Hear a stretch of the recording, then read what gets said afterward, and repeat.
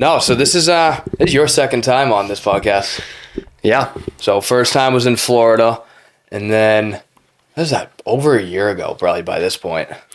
Yeah, I was in my place down there in St. Pete, and yeah, I think it was when I had first gotten there.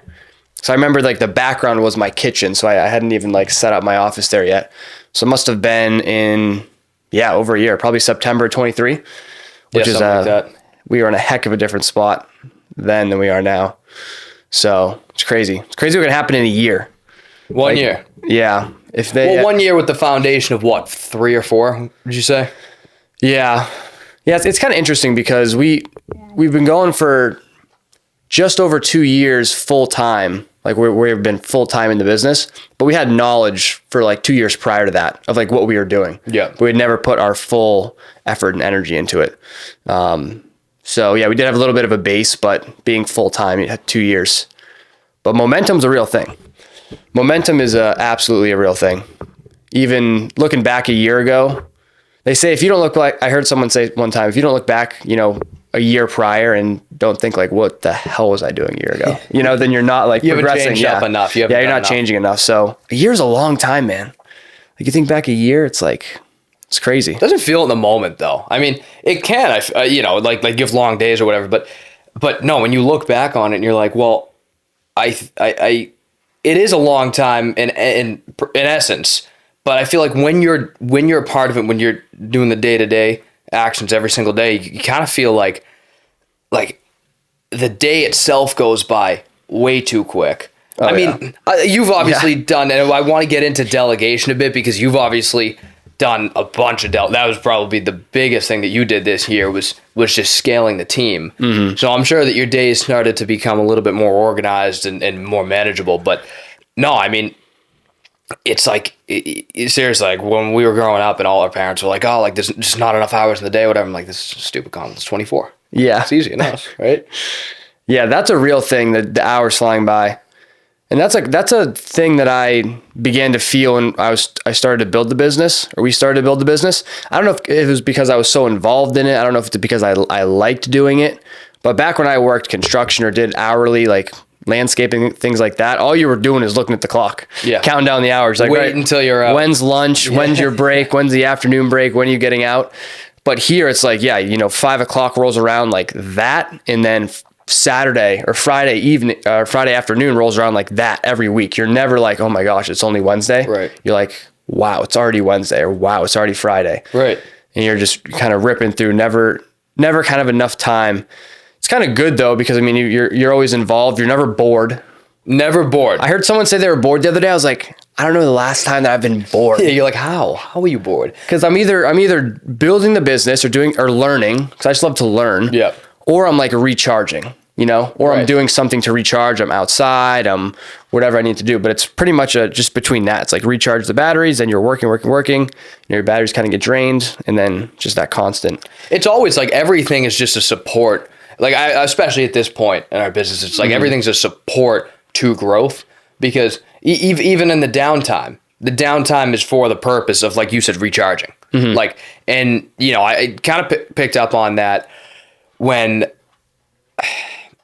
we started to bring on a couple other team members to be able to sort of take on those roles, that because it was at one point it was always like admin tasks, but then I'm pulled away for a meeting, and then I'm pulled away for this appointment. You're just all over the place. And so I kind of watch you do it a little bit too, and I was like, well, I've started to notice how much yourself and a few other guys are able to really niche down on the things they know that they're good at. Mm-hmm. And I'm like, when I can focus on that with more than the couple hours per day, because I'm pulled in so many directions, I'm like, that right there I can understand would be sort of the biggest key to the foundation for scaling, because now you're and you've talked about this, like your day's pretty organized. I remember like going down and visiting you, and you're like, okay, so it's Saturday, and so this is admin tasks. Like I'm going to be I do admin tasks at night and in the morning, and on like a Saturday, Sunday. Yeah, exactly. And I've always been structured, I try to be a little less rigid now. I've kind of fallen into a fault of being too rigid. I'll be too rigid with my schedule sometimes, where it's like, hey, this structure is here to help me, not hinder me, you know? So if I need to adapt a certain day or work on something a little bit longer, or maybe skip something for the day, that's okay. It's not the end of the world, because I would fall in these traps where like, this is my schedule. And if I don't do it, I feel terrible about myself, and it just throws everything off. I'm like, this is just making my life worse. It's not making my life better. So I started to be a little more flexible with those things. So yeah, Saturday's admin, but maybe I don't do admin on one Saturday, but at least it's on my Google Calendar. So every Saturday, that's the plan, right? And most of the and most of the time I will do that, but it's okay to kind of deviate from that. But yeah, having that structure, and you talked about not being pulled in so many different directions. I think the essence of scaling is, one, you have to have the kind of the system just to know what you're doing, which is very simple. You can get that from anyone. And then it's just about hiring people, and you start out with the lowest dollar per hour things, and you kind of work your way up with that. So like when we were doing it, we started with only outbound marketing, meaning we only did cold calling and texting. The first thing we did was hire a cold caller, right? Hire one VA, right? And then you hire a couple VAs. Right. And then you have so many leads coming in that you can't, I'm playing lead follow-up manager and closer. Right. Too many leads to follow up with. Okay. You have 2-3 VAs cold calling. Now you hire a follow-up specialist, a lead manager, an appointment setter, and they're the next level in the funnel. So top of the funnel is, 3 cold callers, and then you have the 1 lead manager, and they're going to filter through all those leads and only set up the best opportunities for you, who's now just the acquisition rep. Right. And you're closing. So on your calendar every day is going to be the hottest leads. You'll have your pipeline to follow up with. Additionally, you're going to have, 3 to 5 new appointments on your calendar from that new lead flow coming in. So that's your day. You log into your CRM as a virtual wholesaler, right? Log into your CRM, talking to sellers. You have 3 to 5 new appointments, and then you're going to do your follow-up as well. And then at that point, you can eventually get a acquisition rep to fill your spot, and you pop up to sales manager, right? And then you're overseeing everything. And once you're in the manager spot, so that's kind of like the funnel, right? Say you have, for an outbound marketing channel of cold calling, you'd have, say, 3 to 4 cold callers, 1 lead manager, 1 acquisition manager. But now you can add on to that. You can have essentially 2 acquisition managers with 1 lead manager. Right. And then you have the sales manager. And then you can start to add other marketing channels. So say we have 2 acquisition reps, and you want to get them more leads per day. I can add, right, I have calling and texting going into that outbound funnel. But then the next funnel you can build is just Facebook marketing, right? Or pay-per-click. And all 3 of those funnels are going to go down to the acquisition rep. That's pretty much just how you scale. So how we track right now is, I want to get both of my acquisition reps right now to have 3 to 5 new leads on their calendar a day. So outbound's been down a little bit, so I'm kind of optimizing that. But then basically, say we have 10 new leads coming in a day between inbound and outbound. Not leads, sorry, opportunities for the acquisition rep. If I want to get 3 acquisition reps, I have to make sure that I have 15 opportunities coming in a day, right? I want 4 acquisition reps. I have 20 new opportunities coming in a day. And now to clarify real quick, an opportunity is like basically an appointment set. It's what an appointment setter would put on the calendar of the acquisition rep, an opportunity. So a lead from outbound isn't an opportunity, right? A lead is someone who's looking to sell, right? Then the lead manager has to qualify them and say, hey, are they looking to sell at a discount? Are they motivated? Great. That's an opportunity for the acquisition rep. That's outbound, right? You're reaching out to someone. It's a disruptive marketing. There's typically a lot of follow-up because they're not necessarily ready to go right now. Because if they were ready to go, they'd be coming in from PPC or Facebook. They'd be out there searching, ready to sell. So the Facebook and the pay-per-click leads that hit our system, we essentially count as equivalent to an opportunity that's set from the lead manager, right? It's already pre-qualified. Yeah. It's already pre-qualified because they're coming to us. So all of those leads, an opportunity set from lead manager, simply a lead from pay-per-click, or simply a lead from any inbound marketing like Facebook, those are all on the same level. Acquisition reps are going to go out and get those leads. So that's kind of the benefit of those marketings, different marketing channels. Is pay-per-click and Facebook is a lot more expensive, but you don't need any overhead. No cold callers, no lead managers, none of that. But you got to make sure you have good sales guys and processes so you can capitalize on that. Because you're spending $200, $300, $400, $500, $600 a lead.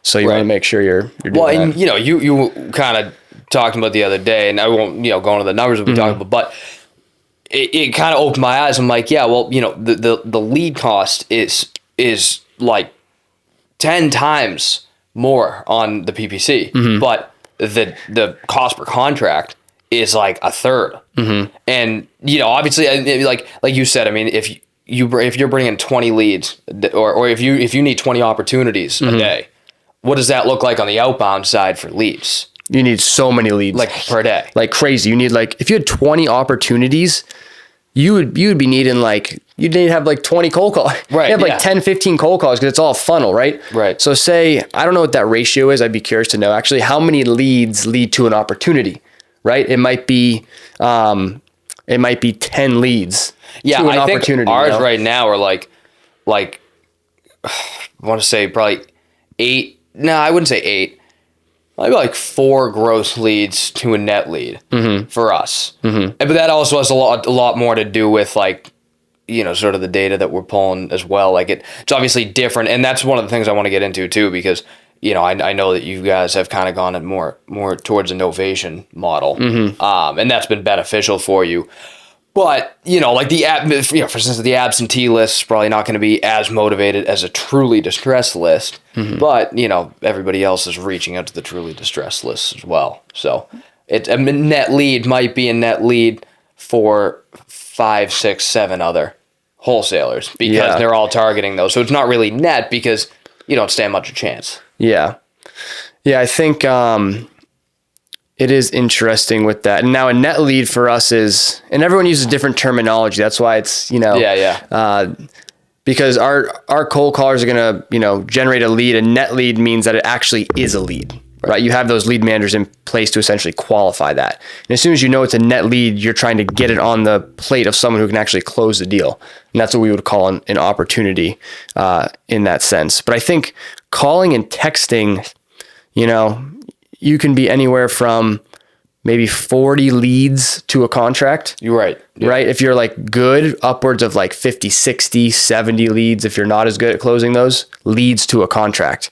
Whereas pay-per-click, it's 10 leads to a contract on average. Right. 10. Yeah. Facebook leads, not as much. They might be 20 leads to a contract. So it's crazy marketing. Yeah. And so you guys have obviously changed your model up. And one of the things that I kind of wanted to ask you is going from that typical wholesale model, so more like a B2B kind of model. I'd call Novations more of a B2C model, right? Because you're looking for those consumer buyers versus the investor buyers. And so was that, obviously I have a pretty good idea. That has nothing to do with the buyers. It has everything to do with the market and how the selling market looks. And so a lot of the sellers aren't looking to sell for a price or put together a deal that's anything worth an investor's time. So what was the biggest shift that you saw, or the biggest need that you saw, and which ended up turning you into Novations pretty much full time?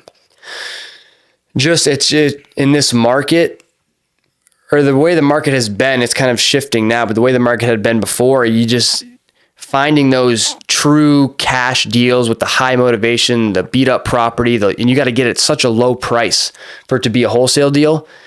Just statistically speaking, it's about, this came from one investor who's been in the business for 20, 25 years. His statistics showed that about 10% of your leads will be true wholesale deals, right? High motivation, low property condition. Whereas in 50% of the leads, you're just never going to do business with, right? Right. They're not motivated, right? The property's in too good of a shape. It's just not a good fit for you. But 40% statistically fall into this Novation category. And the reason it works so well is because you can give a significantly higher price to the buyer, or sorry, to the seller. And I think it's been so popular because people don't necessarily want to, they know that they're still leaving money on the table. Because if money's all that you care about, then you go list the property. Right. But you go through that process. You go through the process, okay, you're interviewing realtors, right? And the realtor's going to come out, they're going to tell you what to spiffy up. You're going to spiffy it up. It's going to be a whole process. You're going to get it on the market. You don't know how long it's going to stay on the market. There's a little bit more, there's a significant amount more uncertainty when you're going through that process. How long is it going to sit on the market? 4 or 5, 6 months, right? And then you're paying the commissions out of it, all that stuff. But you do all that stuff to get the absolute highest price. Right. So if price is all you want, you go list it, right? You're not going to do a deal with us. But, you know, if you're willing to wait, so say we give someone a low cash offer, right? Around, I was giving this example to you and Alex, maybe our offer's at 220 and the seller wants 275, right? We let them know, hey, you know, our cash offer is going to be too low at $220,000. We do have another program called our concierge service. And we literally just let them know, hey, we reach into our retail and investor network. We have thousands of buyers off market. And we basically bring someone to the table, buyer pays us a fee out of their pocket. We can net you the 275. So it's everything is the same to you as a cash offer. We just need a longer timeline, right? We need 60 to 90 days to close it. And the reason that is the case is because if we're going to go take this deal and assign it to someone who's looking to live in the property, like a first-time home buyer, they're using bank financing. And for the bank to have enough time to get set up and buy the deal or fund the deal, we need that runway. But I think there's a little bit more certainty in the Novation because we are getting it at a price that we're very confident in, right? So if we're going to lock up a deal, you know, there's a, whatever, I don't know percentage, but like 80, 90% chance it's going to close at that number, because that's how we're underwriting it. We're underwriting it conservatively.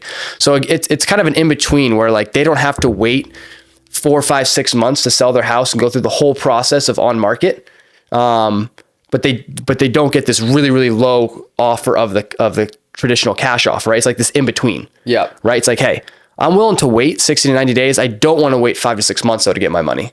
Right. And I don't really want to deal with the showings and all the things, So why don't we just settle in this kind of in the middle number where it's significantly more than the low cash offer, but not as much as the listing price, and we'll get it done. That works. Well, right? It's kind of like that concept. Like people would much rather a guarantee. Mm-hmm. Like I've always said, I prefer a definite no than a possible yes. And you know, then that might be the pessimist in me, but I think a lot of people think that way. They'd prefer to just guarantee something. And so with Novations, yeah, I mean, at the end of the day, if all they care about is price and they're super optimistic that the market's going to bring them that price, then awesome.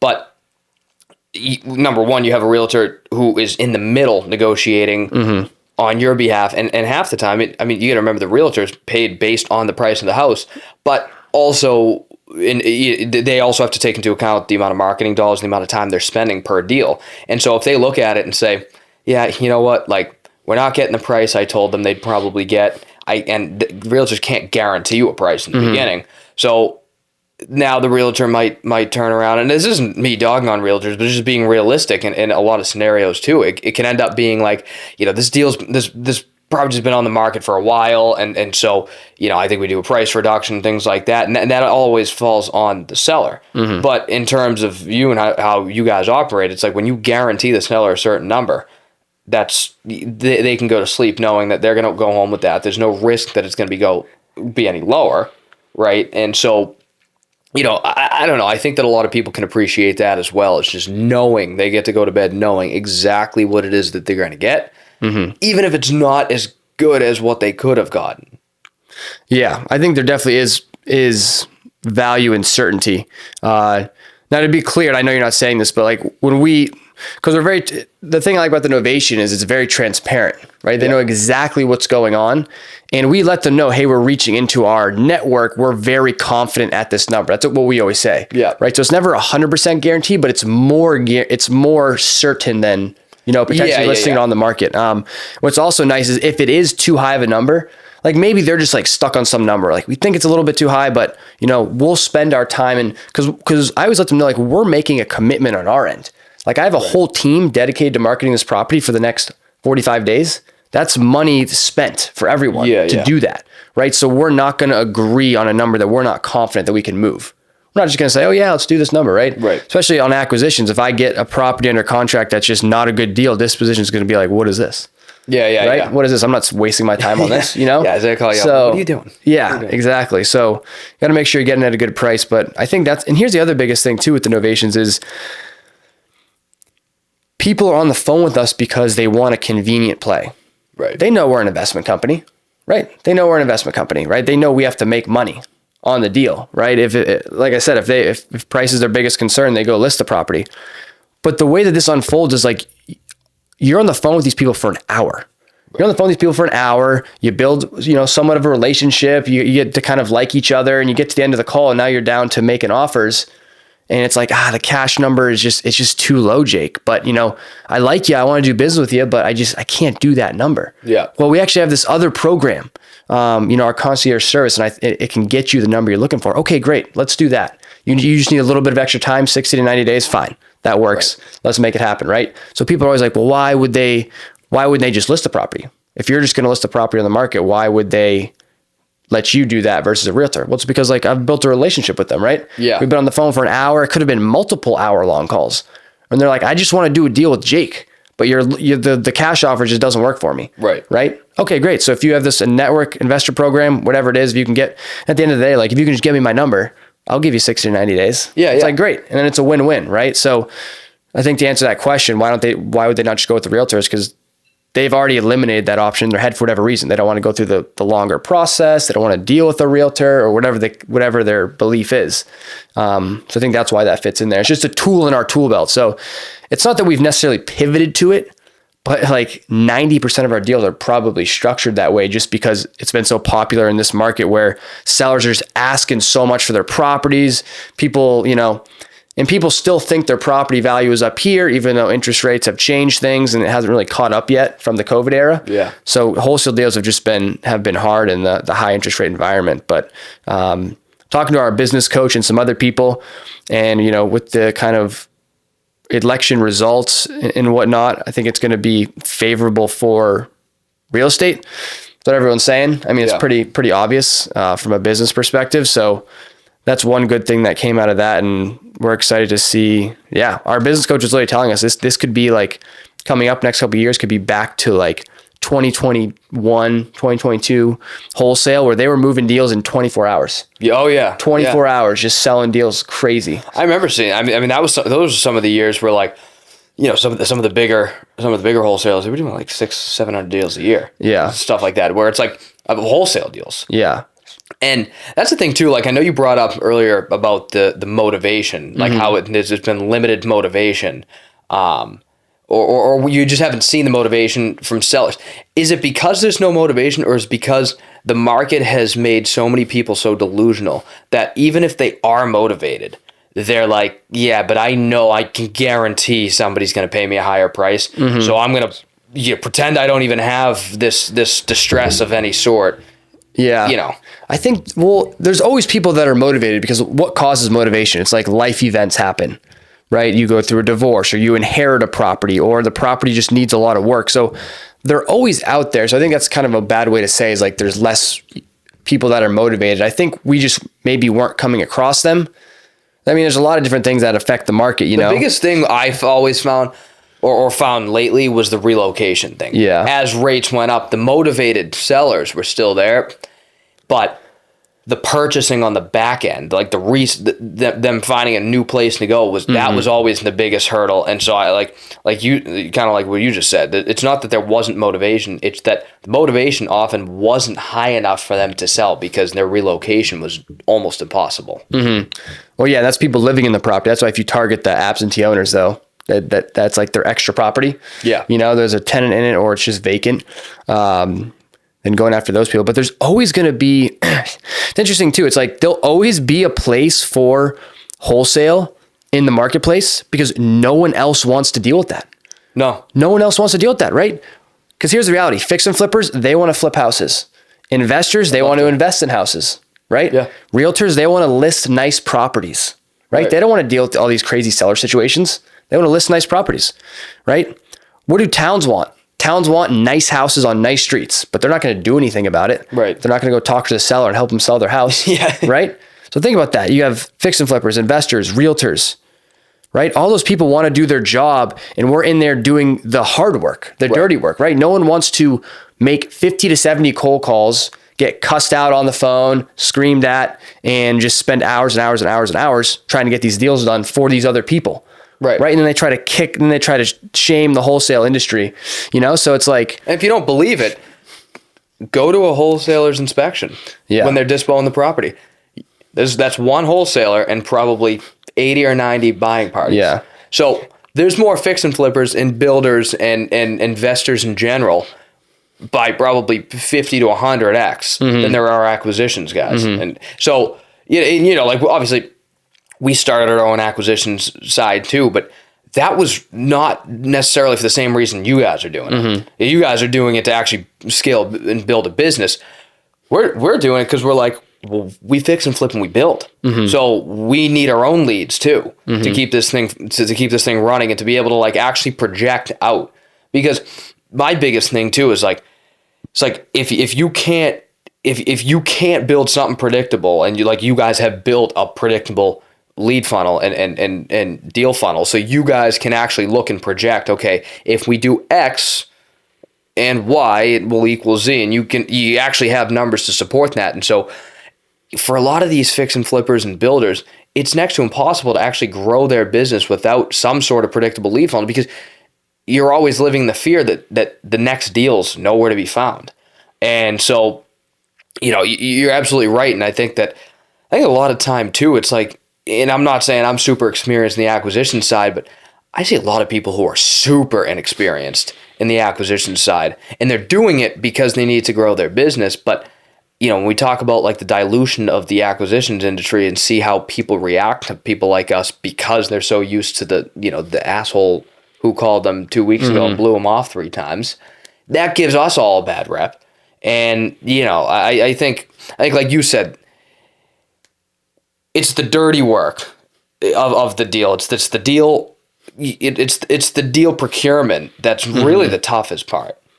And I think it's too, and I get why because there is a lot of bad apples in the wholesale industry, because a lot of people are very inexperienced, and a lot of people just don't know how to be professional. Right. People don't know how to be professional. They don't know how to have ethics. They don't know how to have standards or integrity and these basic human characteristics and morals that you would think everyone would have. They just don't. And they get on the phone and they have no idea what they're doing, and they don't understand the consequences of their actions and all these things. So, if there was more regulation, standardized processes so that people would act in a professional manner, I think that would help the industry as a whole, because at the fundamental root level, the wholesale industry provides a great value for the sellers. Yep. Right. And for the other vendors in the industry, right? Realtors, because they're selling the house, fix and flippers, and then people living in that house. Right. If you think about us, we get a deal done. Think about everything that's happening when we do a deal. Okay. We're reaching out to the seller, right? They're getting some sort of problem solved in addition to money, right? Because there's always a problem, right? If there's no problem, they're listing it on the market to get as much money as they can, right? The reason they haven't done that is because they have a problem, and no one wants to solve their problem, right? Because realtors just want to list, flippers want to flip, investors want to buy, and that's what it is, right? So we're in there doing the hand holding, doing all these crazy things and helping them move and calling the uncle to get this signed and have lining up transportation, just like these crazy things to get the deals closed. And realtors do that all the time, actually, but we just specialize in those really problem properties. Well, you guys are experts too at knowing. Yeah. Like you're structuring these deals for the seller situation, because you recognize that like I look at it like similar to land. Like, what's the highest and best use? So, for land, it's like, what's the highest and best use? Should I build a multifamily? Should I, subdivide it into a few lots, or should we go commercial with it? And things like that.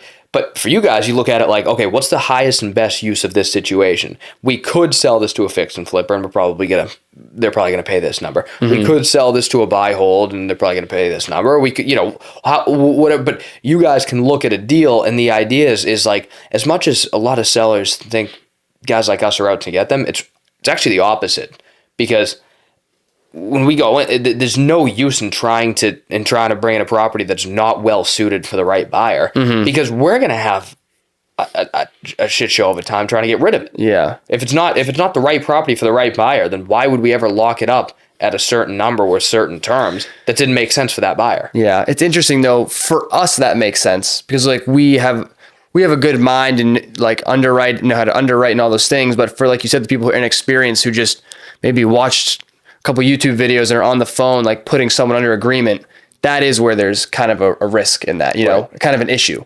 Because someone who's, 18 years old, it's kind of crazy though, 18 years old and just putting someone under agreement has no real ability to buy the property. I just think like when you're getting into something like this, you have to understand what's at stake. Like you're buying someone's home, right?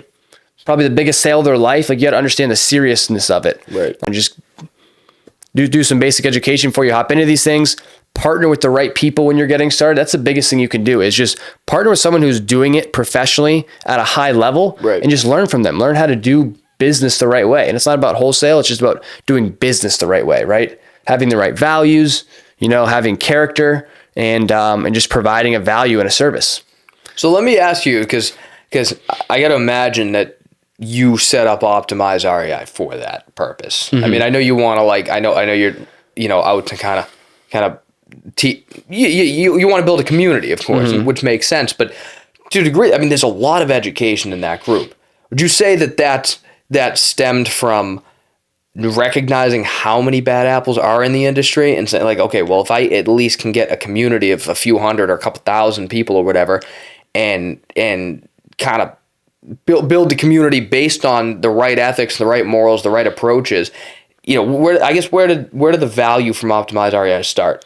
That's a good point you bring up, actually. And I think that is, it's a really good point you bring up, actually. I think that is a potential benefit of it, and should be a focus going forward, is teaching the right way to do things, right? For other people and having that influence. I just created it because I like to just teach things.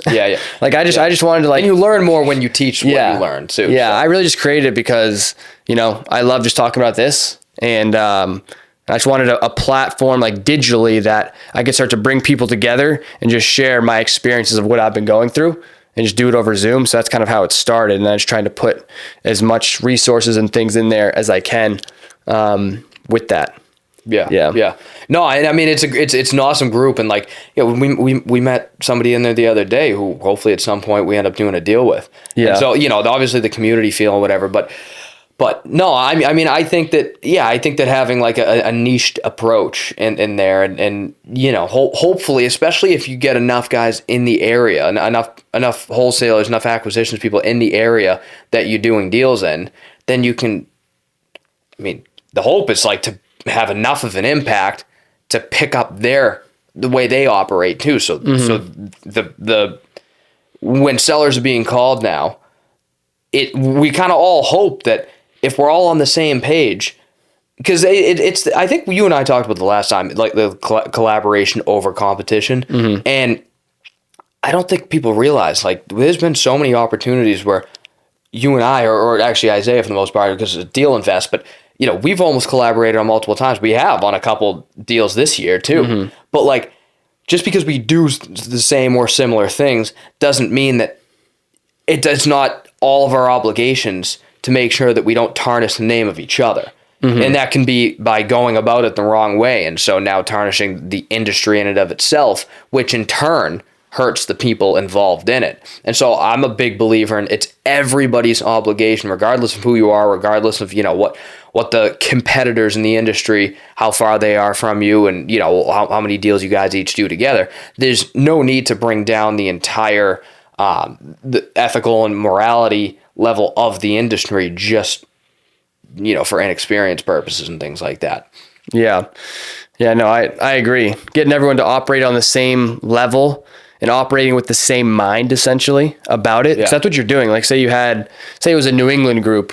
I mean, there's kind of people in there from all over, but say it was a New England group and you guys all kind of followed the same values and the same principles in your operations and business that have a net positive effect on the community, on the view of the industry and all these things. Yeah. So it's just basic stuff, man. It's just like, be a good person, like do the right thing. And then it gets you really far. And it's like, that's what makes it really easy to kind of stand out and do well. Yeah. Like if you can just operate the right way, it's just, and I feel like it's so natural. Maybe it's not, I guess it depends on how you're raised and all these different things. But that's part of the community as well, is like instilling those values. To me, that seems so basic and just like how could you act any other way and sleep at night, Well, I mean, a lot of the things too, and like one of the things that I've noticed with some of the people on the team who are in the acquisition seat, it's like we can tend to get super frustrated for a seller blowing us off, or for the seller talking to us a certain way, or just like, switch going up back and forth and switching up and things like that. And I actually have found it easy because we've grown up in a pretty entitled era. And so we kind of think that like everyone and everything owes us something. And so when we don't get what we feel like we're owed from this person, we tend to get frustrated. But I think the morality and the ethics actually come into play when you are getting frustrated, and then you start to recognize, well, first of all, this seller owes me nothing. This was an outbound lead. I piqued their interest. Yeah. This is a huge, like you start to put yourself in their shoes. It's a huge sale. And this is one of the 3 pillars of life: food, water, shelter. Yeah. And so you're trying to mess with, whether you think it's beneficial or not, you are still trying to mess with one of the pillars of life, let alone the fact that it's probably where they grew up, raised a family in. There's so many there's so many areas that you need to actually look at when you're dealing with sellers and I mean, people in general in the industry, but like especially sellers. And so I've noticed a lot of it, I think, comes from more of an entitled spot, and people think that the sellers tend to owe them something. And so, no, I mean, we'll get off this topic because we could sit here and talk about morals all day long. Yeah. It's an interesting point. The morality, though, is like your morality, you don't have morality until you have something to lose, Like if there's nothing to lose, you're not having integrity, or you're not having morals. It's when you have something on the line, like you're not going to make $20,000 because you're doing the right thing. Right. That's when you have morality. It's not when you don't stand to lose anything, because it's like, well, that's similar to like when Jordan Peterson said, I don't know if you ever heard his quote. I'm probably going to butcher it, but in essence, it was like, there is no morality. Like if you're not capable of any sort of harm, and that doesn't mean like I'm not talking physical harm, but if you're not capable of being harmful whatsoever, then there's no morality in not being harmful, because you have no ability to be. Yeah, you don't have the capability. You don't have the capability to begin with. Yeah. Yeah, and so absolutely. And I think kind of switching gears, but it's kind of on the same topic. We talked earlier about how you guys scaled a lot this year. You brought on a lot of team members. You mind sharing how many team members you think you guys brought on? Yeah, so last year, at the beginning of this year, in January, I was still the acquisition rep. I was like the only guy closing deals. So at the beginning of this year, we had 3 cold callers and a lead manager. So we had 4 additional people. Yes. We had 3 cold callers and a texter and a lead manager. So we had 5 people. Those are overseas virtual assistants. And then we went through a bunch of different acquisition reps. Had 2 for a while, didn't work out. Then we were up to 3. Now we're down to 2. My goal is to get a third one. So we have 3 acquisition reps, 2 acquisition reps, 2 lead managers, 4 cold callers and a texter. So it's like 9 on the acquisition side. I'm 10 as a sales manager. Then on the dispo side, we've built out as well this year. We've added 2 disposition agents, a disposition assistant who does like the marketing. We got an operations specialist, and then we just hired a TC today, actually. Oh, nice. And then we have another admin. That's a lifesaver. Admin assistant, yeah. So I think we have like 18 or 19 people right now. So yeah, the biggest things we did this year for scaling, though, is bring in the 2 sales guys and bring in the 2 dispo sales guys. Yep. Operations person, dispo assistant, and a TC were the biggest things. Those are the biggest like time savers for you guys, I got to imagine. Yeah, that's how we were able to go to Europe and do what we were able to do for 2 months. Because if we had to be on the phone, because when you're an acquisition rep, you got to be on the phone 7 p.m. at night, sometimes 7:30. Like my guys are on the phone till 8 p.m. a lot of nights. Yeah, 8 p.m. getting deals. Probably done. On the phone right now. Yeah, they very well could be. One of my guys, Eric, he just sent a thing in the chat. I think he sent out a contract or something right now. But Eric was up till 11 p.m. the other night. Oh, jeez. Trying to get a deal done. Like that's what it takes. Like that, you got to be relentless in these things. But yeah, because when we were in Europe, we would work 3 to 11 p.m. So we could pretty much go 9 to 5. Yeah. And it would be okay. Like we could pick it up the next day. Because they'll figure it out for the evening. But like when you're talking to sellers all day, you can't do that. Right. Because they can only talk 7 p.m. or later. You got to be available. So we did get some time back for sure But it's way more hectic. Like our work is way more hectic because as a manager, you're literally like the quarterback, you're like the glue that holds everything together. So it's just constantly like, I like to think of being a manager as a pilot looking at his dashboard, and every person and department is like a gauge, right? And you're just constantly scanning the dashboard and making sure that gauge is like where it needs to be. And if it's like redlining, you got to pop in, fix something, get it set. And as soon as it's set, you pull back out, you're looking at your dashboard again. Okay, how's texting doing? Good. Cold calling. Oh, you have some trouble there. Let me pop in, fix it. Okay, get back out. How's lead management doing? Doing good. Listen to the call. Let me send them a Slack message. Okay, how the reps doing? Closing the sales guys. Listen to the call. Oh, he's losing. I got to hop in, get on the phone, right? Then you're back out. Okay, great. Then you're dealing with the operations, looking at the KPIs. Okay, what's going on with the sheet? So you're like doing so many things, right? Just like constantly, And obviously my position now is a mix of sales manager and just like, kind of like C-suite or like owner type of deal, right? Yeah, sure. Because I'm doing marketing. I'm essentially like the marketing director and the sales manager, marketing manager and sales manager. Because then I'm managing the Facebook ads, the pay-per-click marketing, in addition to outbound and lead gen. So marketing and sales. You got a campaign manager that handles a lot of the intricacies of that. Intricacies, right? Yeah, but you're kind of like, I mean, at the end of the day, you're directing. You're directing the decision making. Like the bulk of the decision making sort of has to come from you because you have. I mean, I saw you guys' tracking sheet the other day. It's insane the amount of tabs that you have. But I get like it's funny because I think a lot of people would look at that and be like, why do you need all this? I completely see why you need every single one of those sheets because each one tells you a completely different story. Yeah. And it's up to you to finish the ending on each of those stories. And so, I mean, you guys grew a bunch this year, going from what, 6 guys to 19. But I can imagine, like you said, the gauges, like you're almost like a city firefighter. Yeah. Consistent fires being put out. And if you're not, then you're on inspections, making sure that these houses are being built right. To make sure that the problems don't occur again.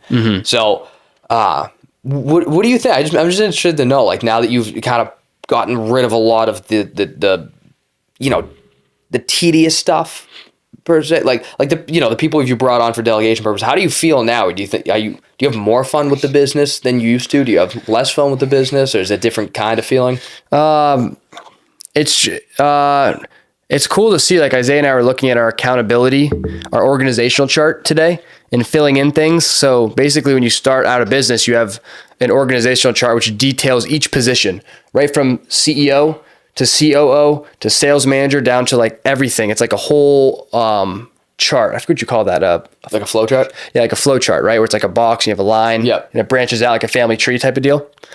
And we're going in there, we're like, oh yeah, we hired this out. We got the operations person. We just hired the TC. We're making them green because they're color coded. Oh yeah. It's like when I'm in the position, it's blue, and Isaiah's in the position, it's orange. Yeah. And it used to be all blue and orange because we're wearing all the hats. Right. And as we start to scale things out, we're like, boom, that's green, that's green, that's green, that's green.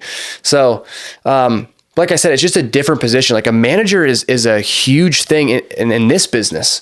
Like Isaiah and I say, when we hire managers, that's a sink or swim thing. Yeah. Like they're either going to keep that ship going or they're going to freaking smash into a rock and just sink the ship because how involved the manager is.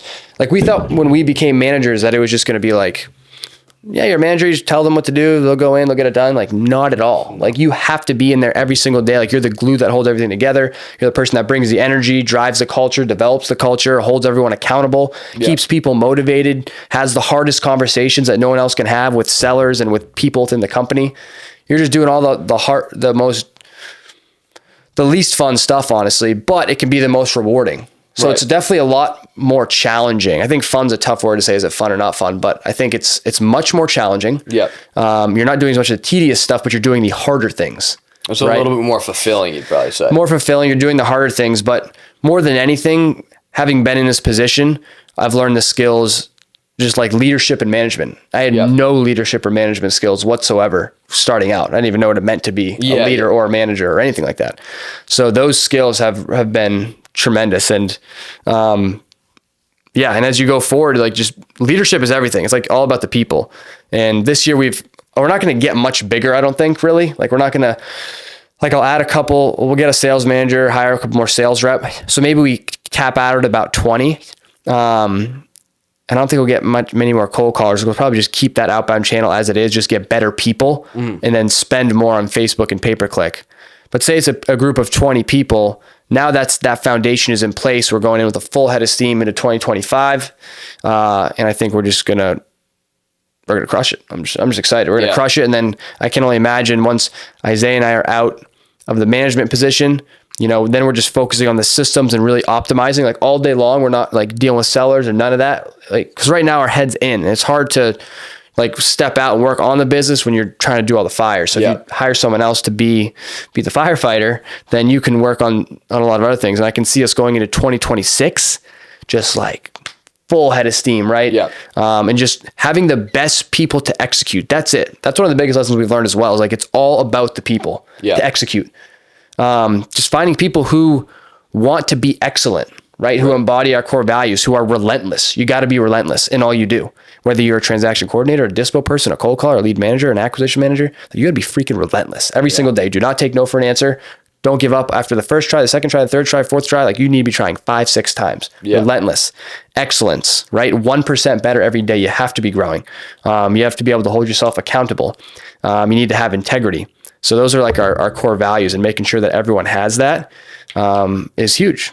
We just want a group of A+ players, killers, tight group, and, just doing our thing. How do you think you guys have set up the culture so far? I think we've done a great job. Yeah. I don't know. The virtual environment's tough. It is. I think we've done a good job. I don't know. I mean, you have to ask the people who are in the company, but I ask for their feedback, and I know I'm the boss, so they probably just tell me what I want to hear. But I try to let them know, like, hey, tell me like how you actually feel about it, because I want to make sure that it is a good culture.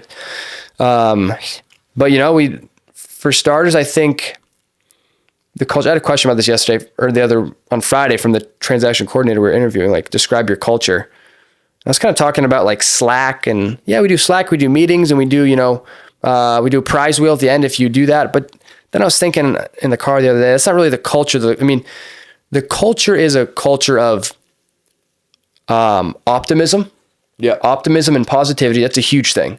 Like, that tone throughout everything is huge, right? Yeah. No sulking.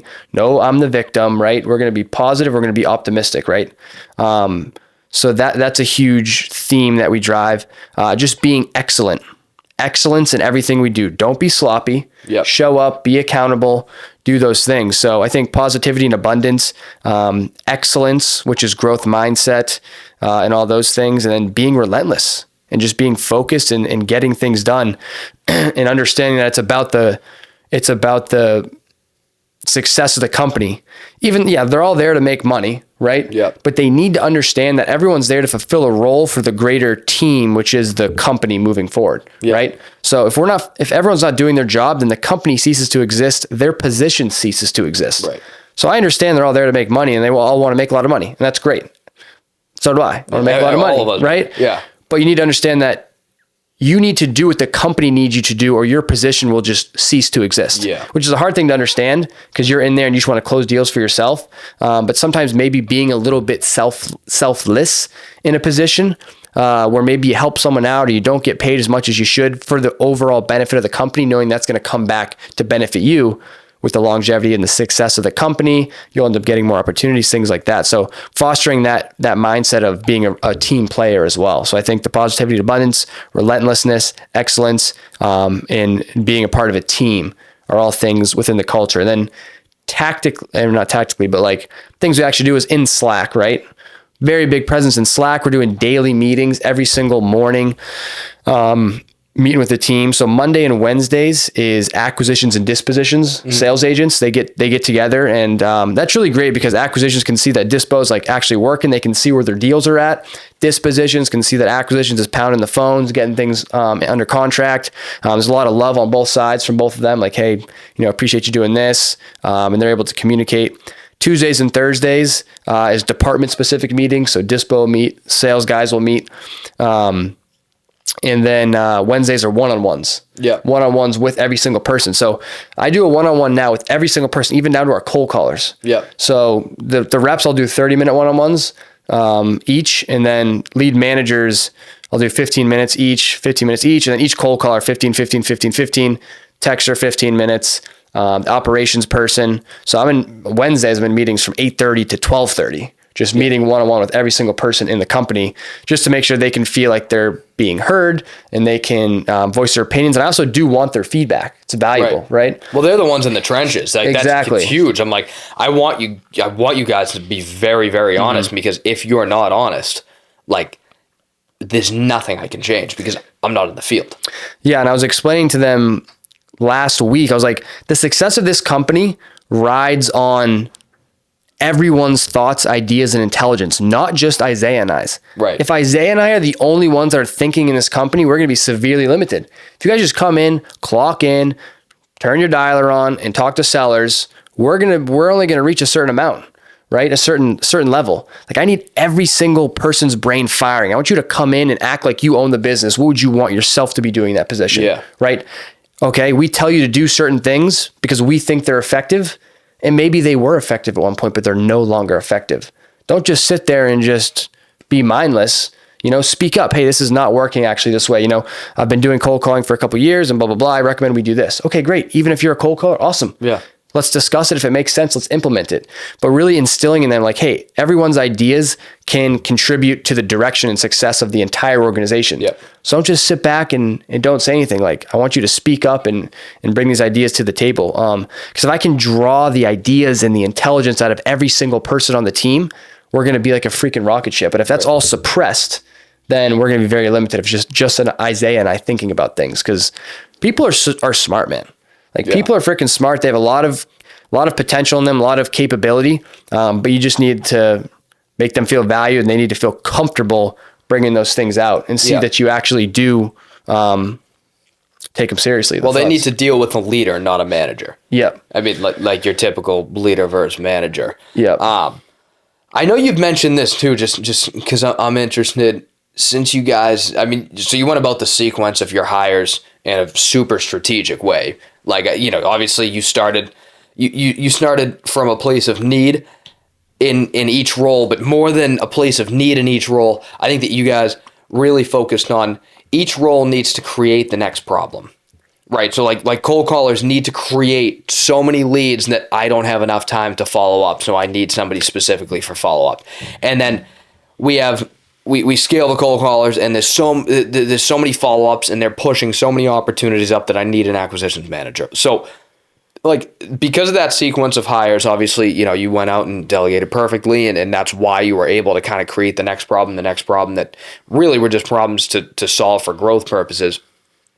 Then you guys got to spend 2 months in Europe. And that, I know we talked about that the other day, but that, I mean, I think is like really if you were to talk to, say, 90% of people who are in some sort of entrepreneurial journey, I guarantee most of them will say, yeah, I mean, I want to be able to have the time freedom, and I want to be able to have the location freedom and the freedom to go and travel. Like, that's usually, so you guys got to 90% of people's dreams. And so I want to know, like, what was the impact, and not only like being in Europe, because I'm sure the cultures and things like that absolutely had an impact on your perspectives, and I'm sure you brought some value back from that. What was the impact, or if there was any, from you guys getting to that level and realizing I can be here for 2 months in a completely different time zone, and my business still moves, and I don't have anything to worry about? Yeah, I think it was, and I'll answer the question, because we were obviously still working though, right? I mean, we're still working 3 to 11. So we were still like working full time, but I understand what you're saying, like the freedom to even be able to do that, to go anywhere you want in the world and just say, hey, if I can just clock in for 8-9 hours a day, that's fine. Doesn't matter where I am. I think the biggest thing I learned from that was that you just do it. Yeah. You just do it. Like I had been working virtually for a couple years, and I was living in St. Pete. And I'd always tell people, yeah, I work virtually. And like, oh, it's so great. You can work from anywhere. I'm like, yeah, it's awesome. I can work from anywhere. But meanwhile, I had never worked from anywhere else than the place I've always worked for. Right. Worked from, right? I was always just in St. Pete. I'd never actually gone anywhere.